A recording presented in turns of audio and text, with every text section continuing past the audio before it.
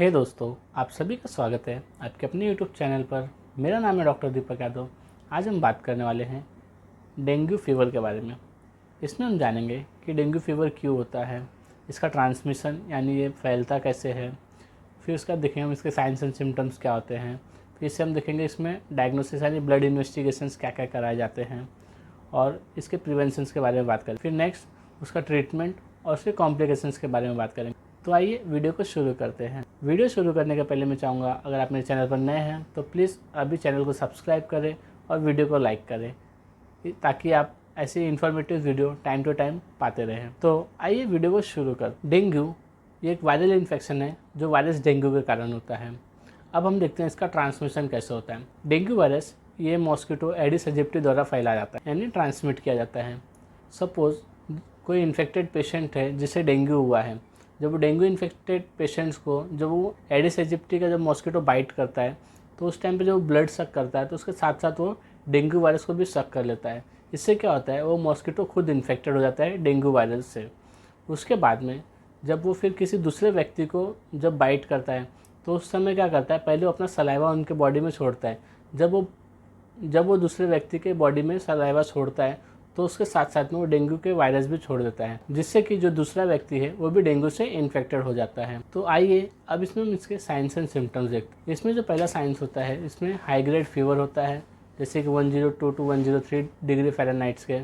साथ में पेशेंट्स को जनरलाइज्ड बॉडी एक होता है। इसमें सडन ऑनसेट ऑफ फीवर होता है, सीवियर हेडेक होता है, साथ साथ पेशेंट को मांसपेशियों में दर्द, जॉइंट्स पेन होता है, इचिंग होती है, कभी कभी पेशेंट्स को रैशेस भी देखने को मिलता है, नौसिया वॉमिटिंग होती है और कभी कभी डायरिया भी देखने को मिल सकता है। ये हो गया इसका जनरल सिम्टम्स। अगर पेशेंट क्रिटिकल फेस में रहे तो पेशेंट्स के ब्लड प्रेशर लो हो जाती है यानी पेशेंट हाइपोटेंशन में चला जाता है। उसके साथ साथ अगर बहुत ज़्यादा दिन से डेंगू वायरल इन्फेक्शन हुआ है उसे, तो उसको प्लूरल इफ्यूजन भी हो सकता है। इसके साथ साथ पेशेंट को असाइटिस यानी पेट में पानी भर जाता है और कभी कभी अगर बहुत ज़्यादा क्रिटिकल केस हुआ तो पेशेंट को गैस्ट्रोइंटेस्टाइनल ब्लीडिंग यानी कि पेशेंट्स को मुंह से या फिर उसके एनल रीजन से ब्लड आने के चांसेस बहुत ज़्यादा हो जाते हैं।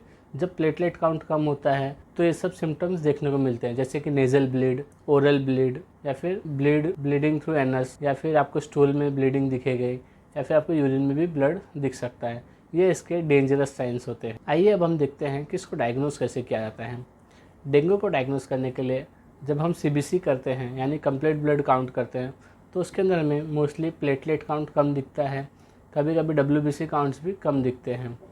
दूसरा इसमें जो इसका कन्फर्मेटरी टेस्ट है उसमें हम देखते हैं कि इसमें 3 टेस्ट होते हैं, dengue NS1, dengue IgG, dengue IgM। अगर ये 3 में से कोई एक भी पॉजिटिव आता है तो मतलब पेशेंट इन्फेक्टेड है।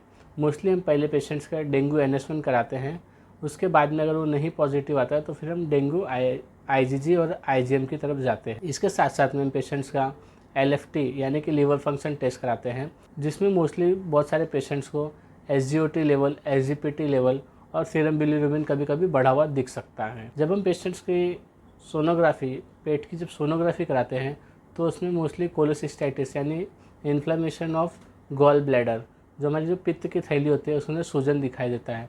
तो ये भी एक साइंस होता है डेंगू का। डेंगू से हम अपनी फैमिली को कैसे बचा सकते? पहली बात, हमें अपनी फैमिली को मॉस्किटो बाइट से बचाना है। उसके लिए हम क्या कर सकते हैं, हमें फुल स्लीव्स क्लोथ पहनना है ताकि मॉस्किटो बाइट से हम बच सकें। दूसरा, हमें मॉस्किटो रिपेलेंट्स लगाना है, जैसे मॉर्टिन है, ऑल आउट है।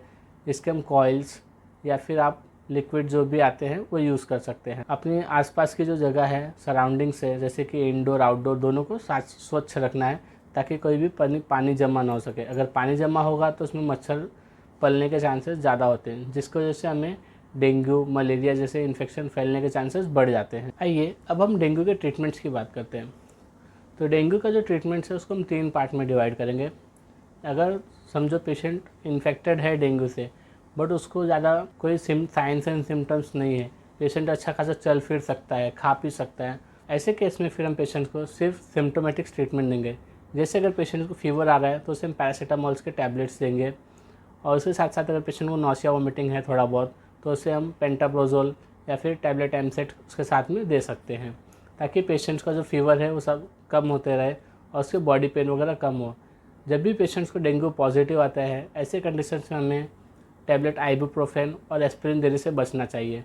इससे क्या होता है, पेशेंट्स को ब्लीडिंग होने के चांसेस बढ़ जाते हैं, क्योंकि पेशेंट्स के प्लेटलेट कम होते हैं तो ब्लीडिंग होने के चांसेस बढ़ जाते हैं। ऐसे कंडीशंस में जब पेशेंट नॉर्मल है तो फिर भी हमें पेशेंट्स को डेली फॉलोअप्स के लिए बुलाना चाहिए और ओरल फ्लूइड लेने के लिए ज़्यादा से ज़्यादा प्रोत्साहित करना चाहिए, ताकि पेशेंट्स जब अपने बॉडी को हाइड्रेट रखेगा तो पेशेंट्स को वीकनेस वगैरह कम होगी, तो पेशेंट जल्दी रिकवरी कर सकते। अब दूसरा होता है, पेशेंट अगर हॉस्पिटलाइज्ड है, ग्रुप बी में हम देखेंगे अगर पेशेंट हॉस्पिटलाइज्ड है तो ऐसे कंडीशन में हमें पेशेंट्स की डेली फिजिकल एग्जामिनेशन करनी चाहिए और हमें देखना चाहिए कि कहीं पेशेंट्स को नेज़ल ब्लीड वगैरह तो नहीं है, गम्स में ब्लीड नहीं है। पेशेंट से हमें डेली पूछना है कि कहीं यूरिन में उनको ब्लीडिंग वगैरह नहीं हो रहा है ना, स्टूल में कुछ ब्लीडिंग यानी ब्लड पास नहीं हो रहा है ना, तो हमें पेशेंट्स को देखना चाहिए। और रोज़ पेशेंट्स के CBC करा के उसके अंदर हमें हीमेटोक्रिट वैल्यू देखना चाहिए, यानी प्लेटलेट कितने हैं, WBC कितना है, इसके ऊपर हमें ध्यान देना चाहिए।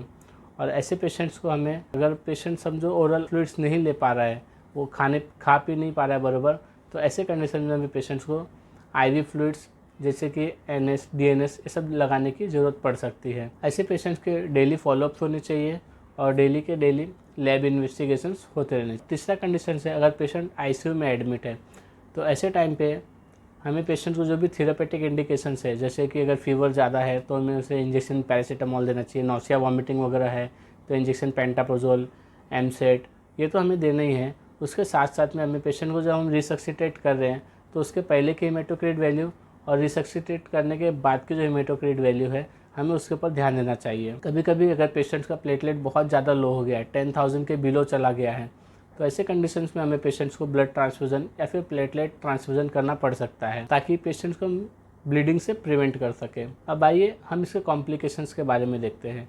डेंगू का जो कॉम्प्लिकेशंस होता है उसमें पहला होता है डेंगू शॉक सिंड्रोम। ऐसे कंडीशन में क्या होता है, पेशेंट्स की ब्लड प्रेशर बहुत नीचे चले जाती है। दूसरा होता है डेंगू हेमोरॉजिक शॉक सिंड्रोम।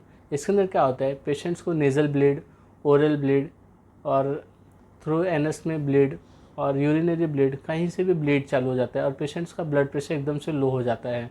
ये सबसे डेंजरस कंडीशंस होती है डेंगू में। और लास्ट में होता है ARDS मतलब क्या होता है, patient acute respiratory distress syndrome में जाता है, जिसमें पेशेंट्स के लंग्स में पानी भर जाता है और उसके जो रेस्पिरेटरी सिस्टम है उसमें से ब्लीडिंग शुरू हो जाती है। ये सब बहुत डेंजरस होता है। अगर आपको लगता है कि आपको डेंगू है, अगर आपके डॉक्टर्स आपको बता रहे हैं कि आपको डेंगू है, तो आपको अपने डॉक्टर से कंटिन्यू टच में रहना है और अपना फॉलोअप्स टाइम टू टाइम करना है और हमेशा अपने प्लेटलेट पे ध्यान देना है। अगर प्लेटलेट 50,000 के बिलो जाता है तो ऐसे कंडीशन में आपको हॉस्पिटलाइज होना चाहिए, यानी कि आपको हॉस्पिटल में एडमिट हो जाना चाहिए। तो मैं आशा करता हूँ आपको वीडियो अच्छी लगी होगी। अगर वीडियो अच्छी लगी हो तो प्लीज़ मेरे चैनल को सब्सक्राइब करें और वीडियो को ज़्यादा से ज़्यादा शेयर करें।